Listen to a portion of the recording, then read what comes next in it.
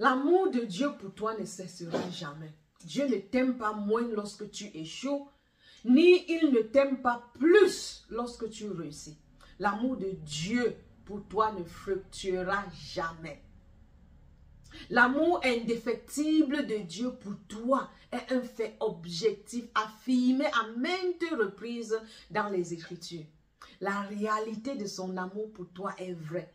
Que tu le crois ou pas, tes doutes ne détruisent pas l'amour de Dieu pour toi et ta foi ne la traîne non plus. Son amour prend origine dans la nature même de Dieu, qui est amour. Et cet amour te parvient à travers ton union avec son Fils bien-aimé Jésus-Christ.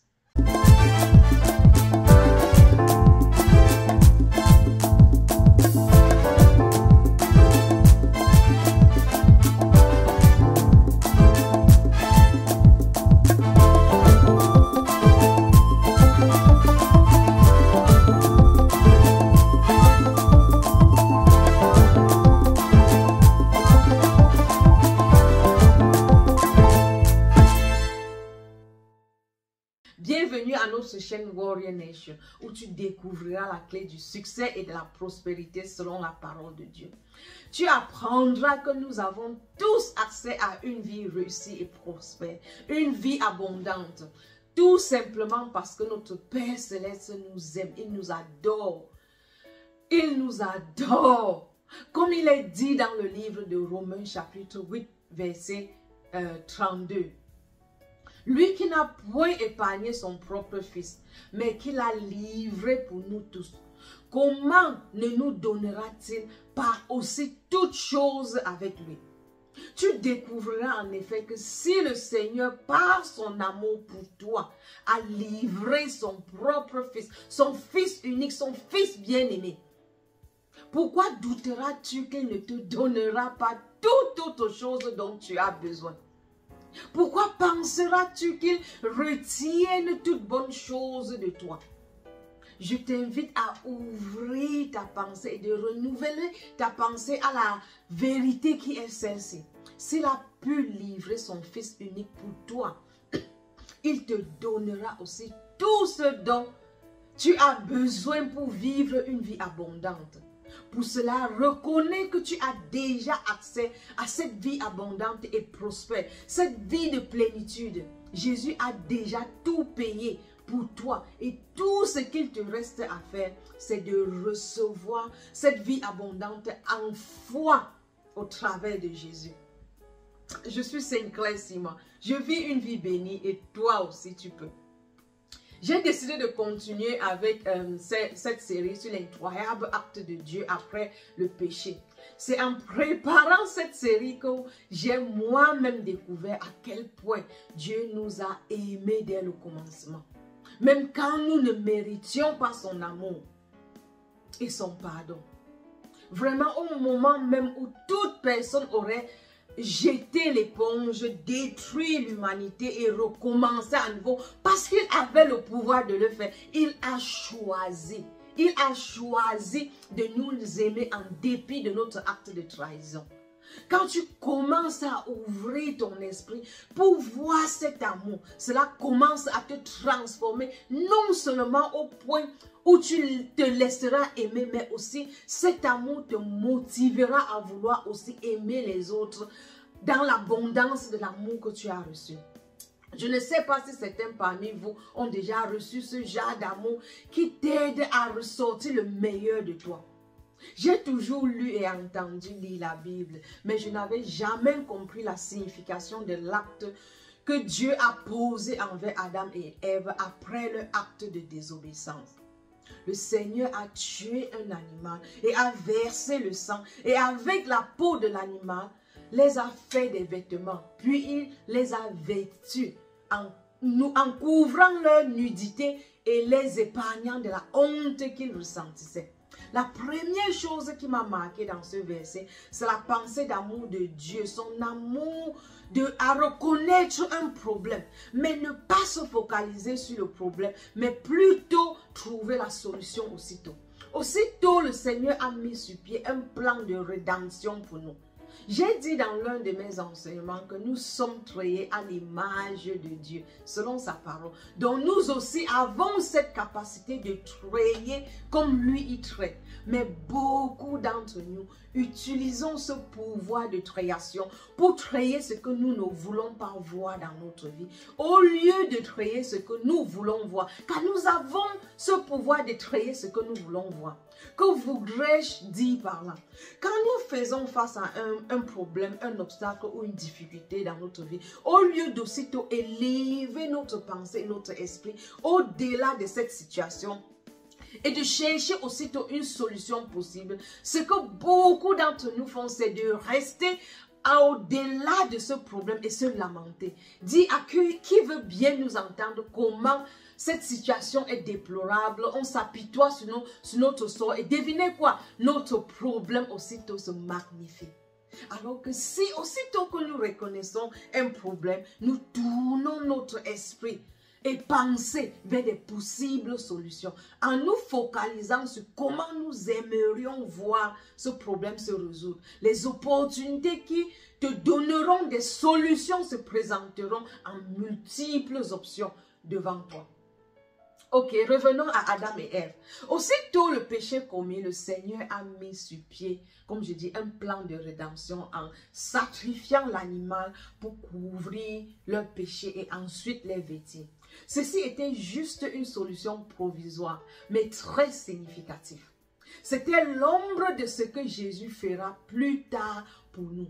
Une chose que j'adore de notre Dieu est le fait qu'il ne nous laisse jamais faire ce qu'il n'a pas lui-même d'abord fait. Il nous enseigne par exemple. Tuer l'animal et verser le sang était un acte très significatif que même Adam et Ève n'ont pas reconnu.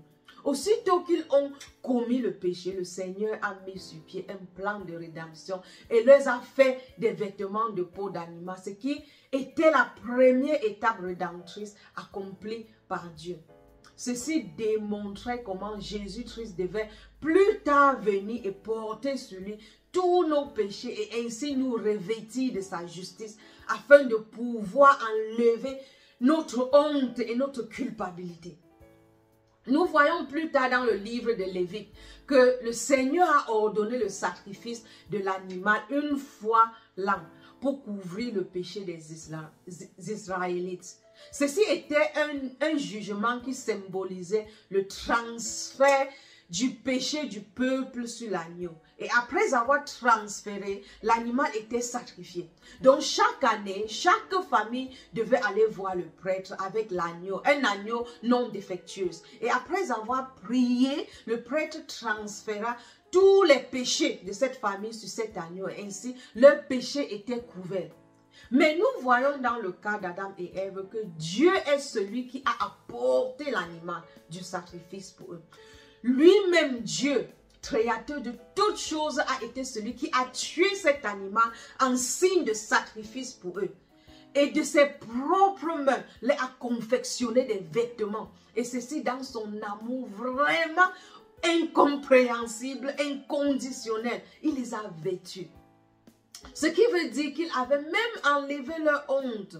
Pour moi, ceci est vraiment le plus grand acte d'amour envers nous les humains. Comme j'ai mentionné plus haut, ceci était l'ombre de ce qui serait fait plus tard, car nous pouvons relier à la manière dont la justice du Christ nous revêt. Quand nous l'acceptons comme notre Seigneur et notre Sauveur, il porte tous nos péchés et nous revêtit de sa justice. Nous voyons aussi qu'une vie a été sacrifiée pour confectionner ces vêtements pour eux. Ce qui peut également être lié au sacrifice du Christ pour nous. Jésus-Christ a donné sa vie. Son sang a été versé en échange pour nos péchés.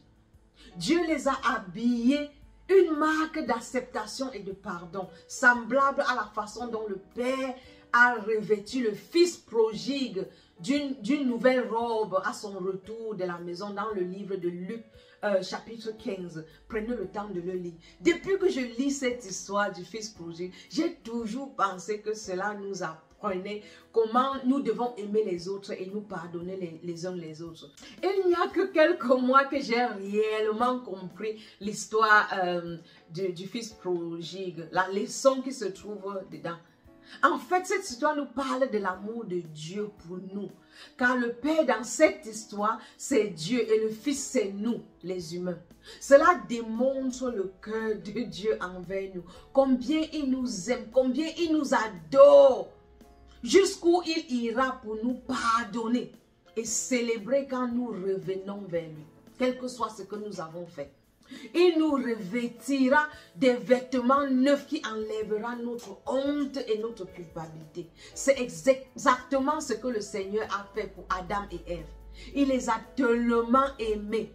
Et au lieu de les rejeter, les régner ou les éradiquer, il les a plutôt abondamment démontré son amour par ses actions, au point d'aussitôt pardonner leurs péchés en sacrifiant une vie pour eux. À cet instant et ensuite plus tard envoyer son fils unique pour mourir afin de nous ramener à proximité de lui. Nous avons tellement de valeur devant lui, devant Dieu, que rien ne lui aurait empêché de tout faire pour restaurer cette relation entre lui et nous. Nous remarquons que Dieu commença sa première œuvre de rédemption en les revêtant d'un sacrifice. L'amour de Dieu se manifeste à travers ses activités rédemptrices malgré la désobéissance humaine. Car Dieu a tellement aimé le monde qu'il a donné son Fils unique afin que quiconque croit en lui ne soit pas perdu, mais qu'il ait la vie éternelle. Dieu n'a pas envoyé son Fils dans le monde pour condamner le monde, mais pour sauver le monde par lui. Ceci, c'est dans Jean chapitre 3, versets 16 à 17. Ce plan de rédemption a débuté au jardin, lorsque les premiers humains, nos ancêtres, Adam et Ève, ont péché en désobéissant au Seigneur.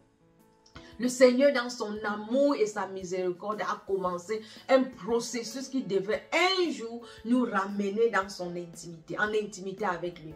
Nous n'avons plus besoin de vivre loin de lui, de vivre dans la peur, la honte ou la culpabilité. Par Jésus, nous sommes couverts de sa justice. Aucune barrière depuis le sacrifice de Jésus ne se trouve entre Dieu et nous. Nous pouvons maintenant nous rapprocher du trône de Dieu avec confiance. Pas parce que nous sommes justes, mais parce que Jésus est juste. Parce que nous sommes justes, mais en confiance en Jésus qui maintenant est en nous. Pour ce qu'il a fait pour nous.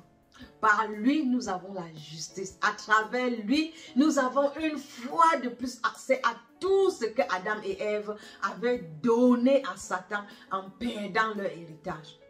Hébreux chapitre 4, verset 16 nous dit, approchons-nous donc avec assurance du trône de la grâce, afin d'obtenir miséricorde et de trouver grâce pour être secouru dans nos besoins. Si vous n'avez jamais ressenti ou connu la puissance et la force de l'amour de Dieu, jetez un autre regard sur Jésus mourant sur la croix. Nous sauver est la démonstration la plus grande et la plus concrète de l'amour de Dieu pour nous. La manifestation définitive de sa grâce à travers le temps et l'éternité.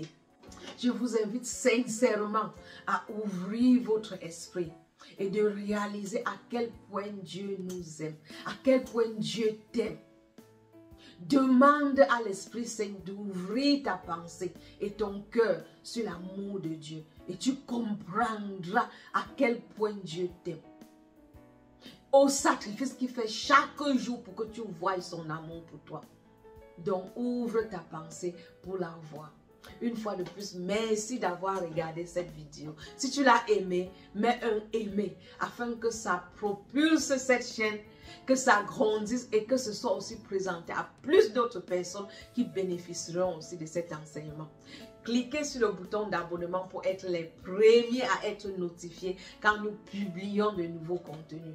Je vous invite vivement à partager dans le commentaire vos témoignages afin que cela puisse bénir et encourager quelqu'un d'autre.